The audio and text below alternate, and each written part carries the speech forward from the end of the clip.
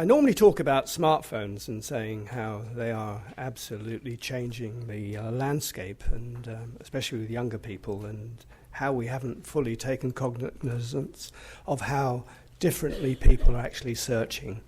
And that's got a huge impact for the whole scholarly field completely. But that's bad enough, or good enough. It depends whether you're a merchant of spin or not. And the other big one, which has landed, and things never land in ones, do they? Seem to land in 3 or 4s. So we've got a very complex and disturbed scholarly world at the moment, which is very interesting from researchers and also users like myself who are very much part of it. But I want to talk about emerging alternative scholarly reputation mechanisms and platforms. Sounds horrible, doesn't it, really? But it's all of these new kids on the block that I suppose have taken the bit between their teeth and realised that actually sort of things like impacts and altmetrics and publications are all part of one thing for academics, which is reputation. And that reputation is the king, and reputation is the really big issue for academics. And I'm an academic, and I would subscribe to that. Now, the danger for publishers, I guess, is that they have a one-dimensional product, and they might be relegated to a warehousing function unless they realise what their products actually constitute in the wider world of reputation. And there are these services like ResearchGate and academia, which has come on the market, which enable you to actually build, showcase your reputation and measure it against other people's. And they're incredibly attractive. So, what of the implication of these services? Well, you know, it says it all. The main currency of the scholar is not power, as it is for the politician, or wealth, it is for their business, but a reputation. If that's the case, why don't we call any of our services reputational services? It's odd that. We kind of talk about outreach, and we talk about metrics, and we talk about impact, but we very rarely badge anything as reputation. In fact, maybe I'm the only person that talks about reputation, even though many of the other things that you're actually doing actually is to deal with reputation. But it's almost the word that nobody speaks, and yet for academics, it is the absolute key ones. Have we missed a trick?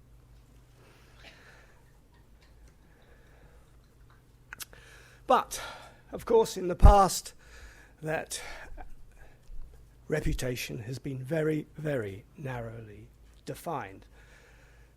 One scholarly activity research, one output of that activity, the publication in high impact factored journals, and one measurement of that output, citations. And that still drives reputation throughout the world. Indeed, you could actually say that, in fact, that particular paradigm, that kind of driver, is actually becoming even more enhanced. As more and more people come into the scholarly market from Malaysia, from China, and all the rest of it, they all want to ape the existing system. I was at a conference in Malaysia last year, and instead of introducing me by my CV and background, they read out my RG score, my H index, and I got loud claps when they said how many citations I'd received. Wild whoops. Yeah? And that is increasingly the case. As people join, they want to adopt the same kind of measure. So we've got some interesting things. So the existing way of adopting, measuring a reputation is actually being sort of bolstered by the newcomers. But at the same time, open science, as we see, are opening out all other doors so that we could actually get a much broader, a more holistic definition of reputation. And teaching particularly is in the headlines. Universities, like UCL, which I was a member of, are being driven to actually increase the quality of their teaching. Quality of teaching has suffered because it is not counted as part of reputation. And the government and policymakers, the European Union, think it should be.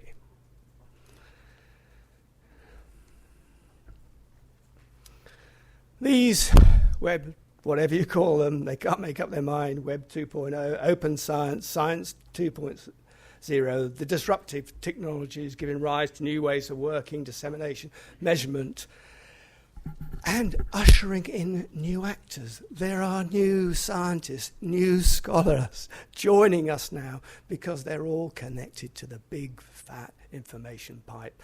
Open science, open access, all of that has meant that citizen science comes into play. Many, many people who weren't part of our community are now in our community, and they are huge in size.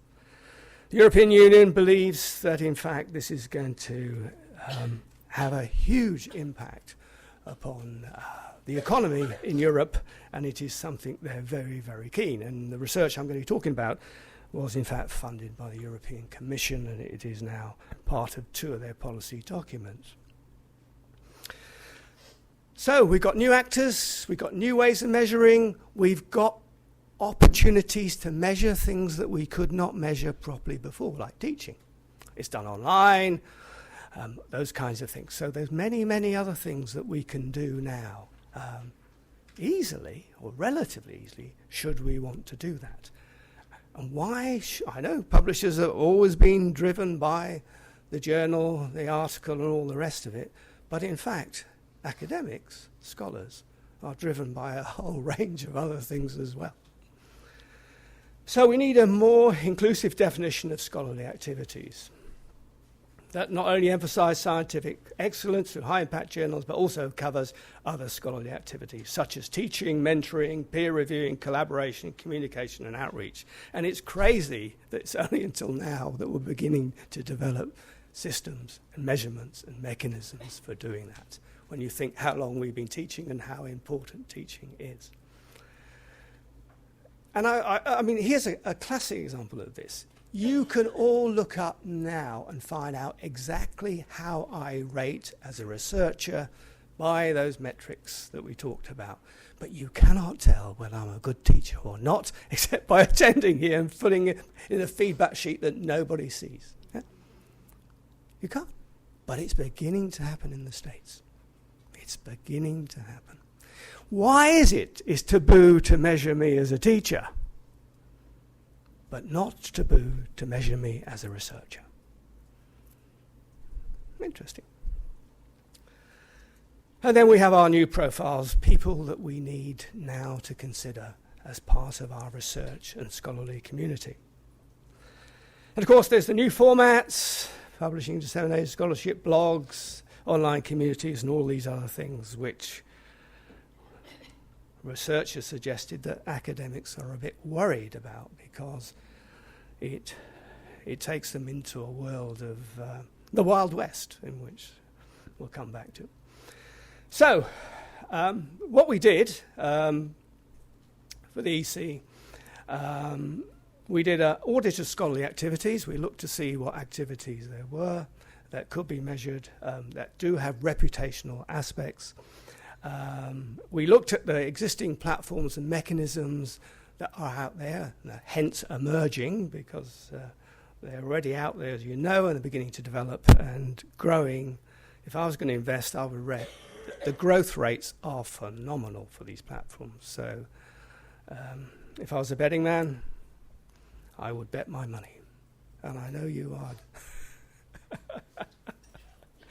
are. And then we had a number of case studies and an expert workshop with Stefan came along too, so he can add things in to this thing. So I'm just going to really, there are these documents I'll give you, you'll have our PowerPoints and so on, and you can follow them up, but I just really want to flick through some of the key things. We identified 50 scholarly activities which had reputation conferring potential. Here are the key areas of scholarship as defined by a guy called Boyer, who is the father of this kind of discipline.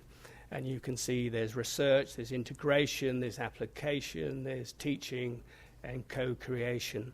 Now, the interesting thing is and the others did not mention management. And it's interesting whether, in fact, we regard that to be a scholarly activity or not, but certainly, clearly, the universities and the bodies regard management to be a characteristic. So those are them, and you can see from that in fact, most of those activities are in the research field. Okay? Which is not surprising because it is a mature area, and we're developing even more refined ways of measuring research rather than actually looking for other ways of measuring teaching. Well, there are 25 emerging reputational platforms, which defining anything emerging is dangerous because it changes the nature. So I say like ResearchGate, like Kudos, like whatever. They're not all like, and they're not all of them call themselves reputational platforms, but they do offer opportunities to build reputation, to highlight reputation, to show it, and all of those kinds of things. So effectively, there isn't one platform that does all of these wonderful things, whether there ever be, which takes the whole gamut of reputation and offers the opportunity to build it, showcase it, and measure it. There isn't. You have to go to at least 5, 6, 7 to get a broadish spread, and you're not going to get a lot. But they're coming on the market as we speak. There's usually a new one every week or every few months. However, the field is barely 5 years old. So what we're looking at is we're looking at the winners, we're looking at the runners, we're looking at the ones that offer the best. Now, you can see again that these reputation platforms, we're not talking about Google Scholar here, and we're not talking about Scopus, because these are the traditional platforms that just focus on publications and citations and all the rest of it. We're talking about platforms that are social network platforms that use social media and part and parcel of this building of this kind of reputation. Okay, so 25. Now, we did a survey and we asked researchers what they thought were their scholarly activities that counted towards reputation. And it's not surprising that it's conducting research, disseminating research, collaborating research, because that is what they're driven to do. Disseminating research via blogging, tweeting, least important the activities. Another activity regarded lowly, but not as lowly as blogging, is management and administration. Well, I know my colleagues here. Now, the interesting thing is, apart from that kind of ranking, which just reinforces the way things are now, is that when we asked them about what their employers rate, they rate social networking and blogging even lower. This is, the deans and the vice chancellors and all the rest of it. The biggest difference regarding management, which is considered much more important by employers. So employers are not so keen on social media contributing towards reputation. They would like to see management contributing more to reputation. Now, whatever study we do, we're doing early career researchers. We did a study on trust recently, and effectively we're talking about trust here. I mean, that's another big word that encompasses everything we do. Is there are always these, what does the academic community think of social media? On average, there's a smaller number of academics that think that social media contributes towards reputation. Some actually believe, and some younger ones, feel it could endanger their reputation. So there is still this polarized thing. And I think it's the same old kind of distinction is there. It's like having a conversation in a pub. It's that sort of thing. You get that. And others saying, well, look, reach gets out there, communicate. So we still got this kind of arguments going on.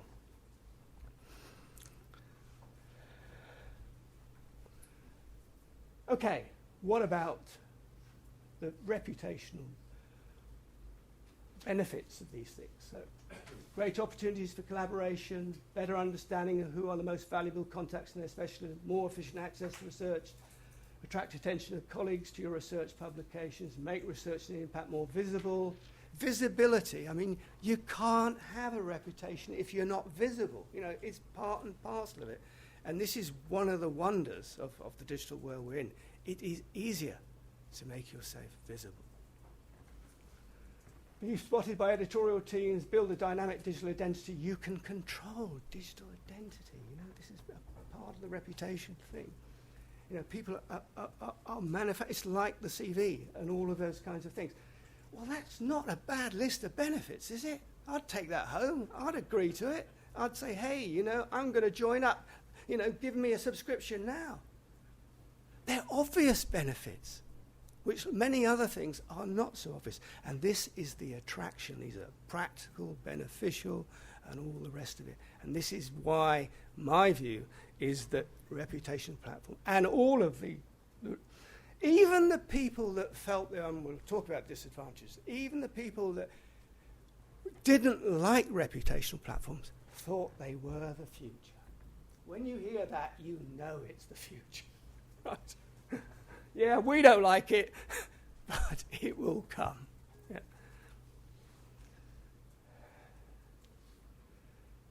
Big opportunities for young researchers, yeah. Very difficult for them to shine in the citation world. It takes years to get there. It's easier to shine in the social network world, yeah. It's easier to shine. It is easier to get usage. It is easier to get likes. It's easier to get followers than it is to get citations. Yeah, big thing. On the trust study, they all said, this is a fast tracking. It would have taken years to get where I am. I can show myself, I can make myself visible much more quickly than I could in the traditional world. They're going to be the drivers of change. Negatives. Skew towards research still. Okay, yeah, it's true. But then there's the elephant in the room. Teaching. Why has teaching been so poorly served? The EU are doing various kind of things. I can't remember the programs with European universities. They believe that teaching in European universities is poor. And it is actually not doing anything for the European workforce, and things have to be done to do these kinds of things. So they would like to see much more in this line. Palpable mistrust of social media and the open. Stefan was with me when one of the scenarios was of admitting, social media and all these things and other actors into it. All things open are going to lead to hippie science that no one would believe. Because how could you trust it? Who are the people? How do you know them? And there are millions of them. Hippie science. And it was just a word. I just thought, yes, because you know how strong the European Union are about open, how everybody is interested about the open. But it comes with a price, a big price. And there was talk about, if Europe goes its own way, then in fact, good scientists will go to the United States, will go to China. It's like they say about bankers, isn't it? So they'll go somewhere. Do they? I don't know what they do. But there is this kind of thing. And it's always worth having that counter thing of saying, open, great, but where do you get to a point where you can't trust it anymore, where things go wrong, and then the whole of science is tarred with the same brush? I know it happens in the traditional world. But now you're opening the doors to people that you don't know, information you don't know the credence of, yeah? And you're embracing it happily because you believe transparency, openness, all these things. Now, these are all issues tied to do with this sort of reputation. Transparency. Ha, right. ResearchGate. ResearchGate, you could argue, how am I doing for time, Manti? Okay, ResearchGate, you could argue, is probably the closest we have to a kind of encompasses this system. And it offers you a score, you know, a reputational score. It gives you impact figures, it gives you citations, it gives you those. It's got that kind of dashboard thing that you've got. But if you ask them and say, how do you calculate my score? They won't give you the answer. They'll say, well, it's contributed by this, and it's not just who uses you, but who are they? You know, all those kinds of things. So it's so hang on, it's not transparent at all, you know. So yeah, you're measuring my reputation and you're giving me the rough ingredients, but you're not giving me the recipe. Okay? And as these scores become more and more important, then the question needs to be asked is, and they'll say, we're not going to make the recipe available because you will then know which things to tweak and you will game it, so we're not going to tell you. So you've got this thing. The European Union says, look, if we're going to support you in your doings, which we believe, we want you to be transparent. And they're saying if you're transparent, the system will collapse because you'll game it. And you can game social media much more than you can citations. So, you know, we got this kind of thing. And then here, Tower of Babel. You choose which reputational system suits your purpose. Like you can with H-Index, you know. I'll have the Google Scholar one because it's nicer on me. Scopus is tough, you know, and those kind of things. So you can do those kind of things. So some interesting issues there. Oh, wow, that was good. It must have been my throat. So that's the publications that are here. The PowerPoint will be made available, yes, won't it? If you agree. If I agree, yeah, okay. No. So, right, just kind of concluding, although I seem to be doing a lot of observing and concluding going on, is clearly many of the scholarly activities that could be given a reputational measure or could be counted are not being, right? However, there are some changes, things coming on into the thing. I think that reputational, I think when we started, ResearchGate had 4 million users. ResearchGate has 8 million now. I think academia had about 18. I think they've got nearly 50 million now. And I know Kudos's growth has been galloping like mad. So there is traction, there is interest. And I think the package, the reputational package, to which all these bits go in and are constructed and can be seen, is something very, very powerful indeed. And I think, you know, in 5 years' time, it will be old hat. Thank you very much.